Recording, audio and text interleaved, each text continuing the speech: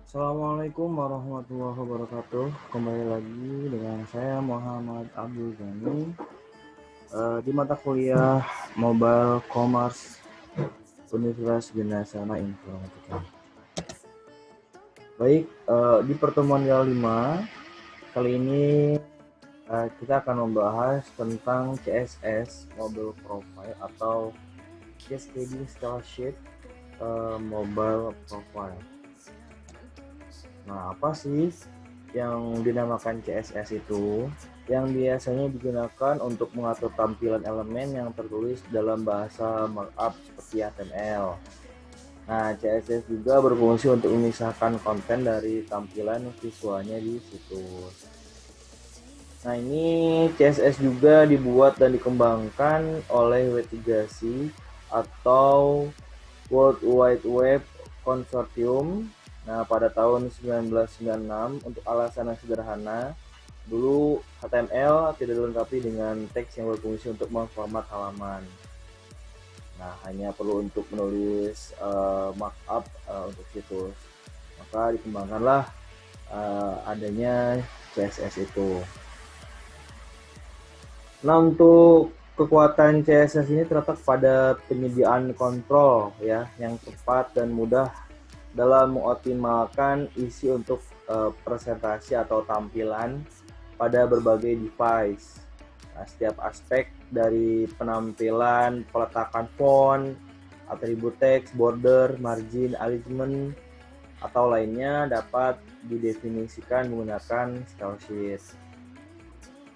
Nah, juga dengan menggunakan style sheet eksternal yang dipakai bersama-sama oleh beberapa naskah, perubahan pada satu aspek dari semua naskah pada sebuah situs hanya perlu sekali saja dibuat. Nah, nanti dibahas di bawah bagaimana bentuk-bentuk style sheet itu. Oke.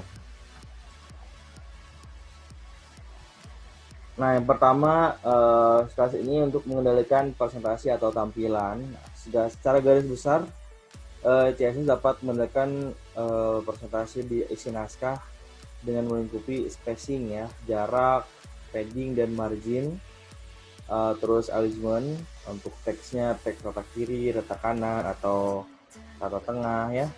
Lalu font, atribut teks, border, warna pada device. Nah, pewarnaan juga nih ini untuk mengubah warna teks dan background pada device.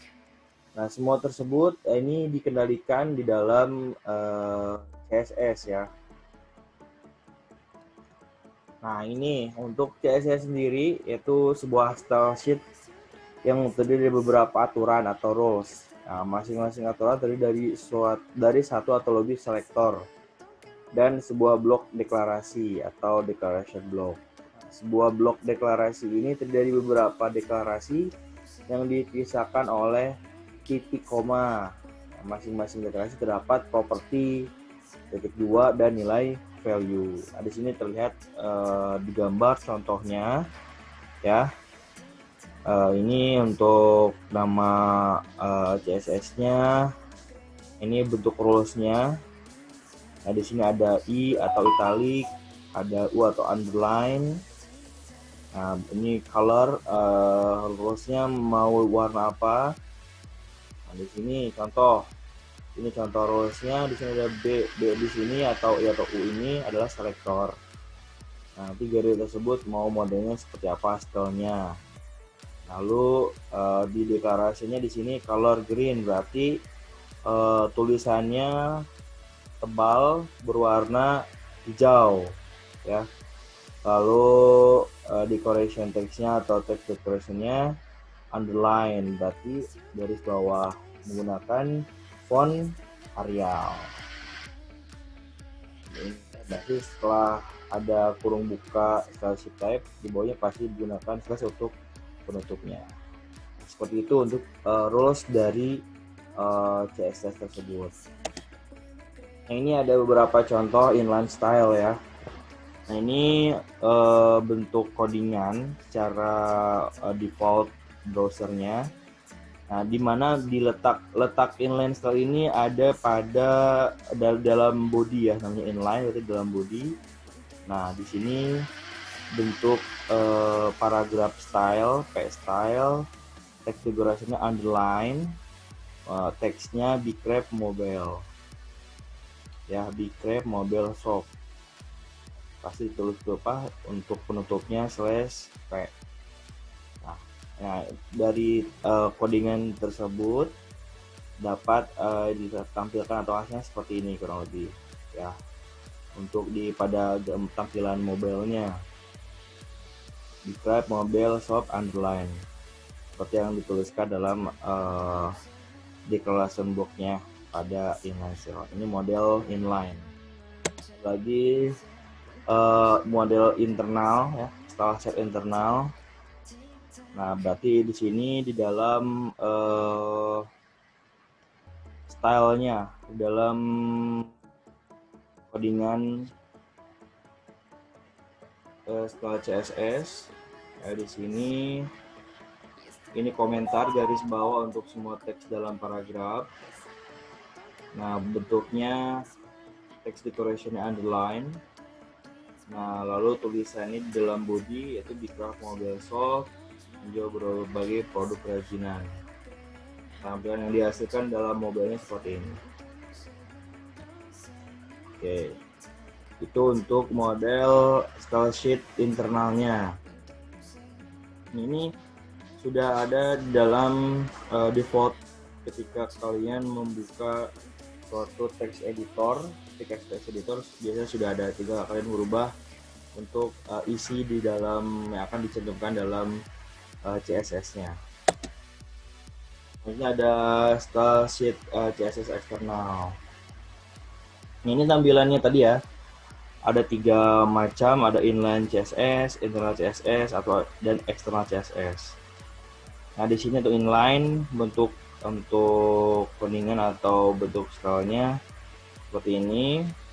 Untuk style P atau paragraph style, color blue, lalu tulisan atau isi teksnya di sini paragraph. Nah, bentuk inline seperti ini. Untuk bentuk internal berarti di dalam body ya, dalam body backgroundnya apa, terus bentuknya paragraf, warna tulisannya warna apa. Nah, untuk eksternal sendiri jadi bentuknya link ya, jadi sudah dibuatkan codingan utuh untuk CSS atau tampilan modal tampilannya. Jadi untuk eksternal ini bisa dimasukkan di beberapa dokumen. Jadi ketika tampilan model CSS di satu dokumen, kalian mau terapkan di dokumen lain, tinggal dimasukkan link filenya. Contoh di seperti ini, link rel, style sheet, tipenya text slash CSS. Nah, ini wrapnya untuk link ke filenya. Apa nama filenya? Kalau ini contohkan nama filenya style.css. Lalu menyesuaikan kalian menyimpan file CSS itu dengan file apa. Nah, itu ya bentuk CSS tadi. Jadi intinya untuk CSS eksternal ini pembuatan style sheet-nya dapat diaplikasikan di banyak dokumen. Terus pengguna perlu membuat style sheet yang berada di luar dokumen, kemudian menghubungkan semua dokumen kepada style sheet tersebut dengan cara masukkan linknya. Oke, ini aturannya ya. Pertama tadi default dari browsernya, lalu kita bisa masukkan model style sheet eksternal atau link tadi, atau lalu bisa untuk menggunakan internal style sheet-nya dan inline style sheet-nya. Ini aturan dari urutan cascading, urutannya seperti ini. Nah, ini ada beberapa hal yang harus dihindari ya dalam pembuatan CSS. Nah, pengguna memang bebas menentukan gaya presentasi naskah pada layar atau tampilan pada layarnya. Namun ada beberapa penentuan gaya berikut sebaiknya dihindari agar tidak mendapatkan kerugian yang ditimbulkan dari penentuan gaya CSS. Nah, ini beberapa poin-poinnya. ya, seperti menghindari penonaktifan wrapping baris untuk isi XHTML, terus penghilangan garis bawah dari anchor elemen, terus menghindari penggunaan properti text decoration underline pada teks biasa, ya, jadi agar tidak semua teks itu bergaris bawah, ya.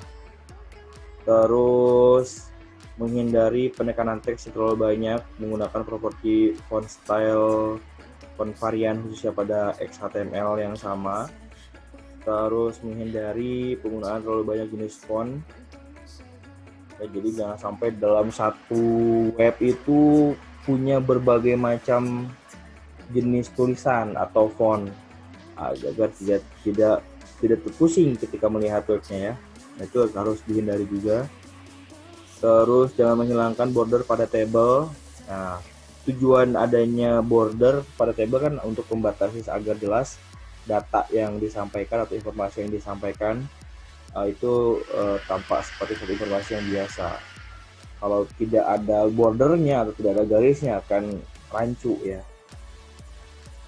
Lalu menentukan gaya menggunakan aturan cascading, menggunakan atribut, kelas, atau ID dalam elemen-elemen. Nah, ini beberapa yang harus dihindari ketika membuat suatu mobile commerce. Baik, terima kasih. Itu penyampaian materi tentang CSS di pertemuan 5. Tadi tinggal kalian bisa rangkum materinya.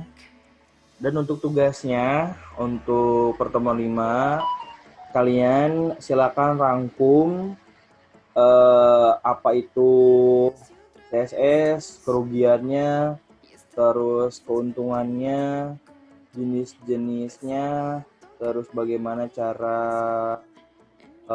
kerjanya. Silakan kalian tuangkan dalam bentuk PDF, lalu dikumpulkan di lembar kerja yang tinggal diupload kalian di MyBase, ya. Oke, terima kasih banyak. Di bulan puasa ini semoga kalian tetap semangat dalam kuliah online-nya. Terima kasih. Jangan lupa mengerjakan tugasnya. Wassalamualaikum warahmatullahi wabarakatuh.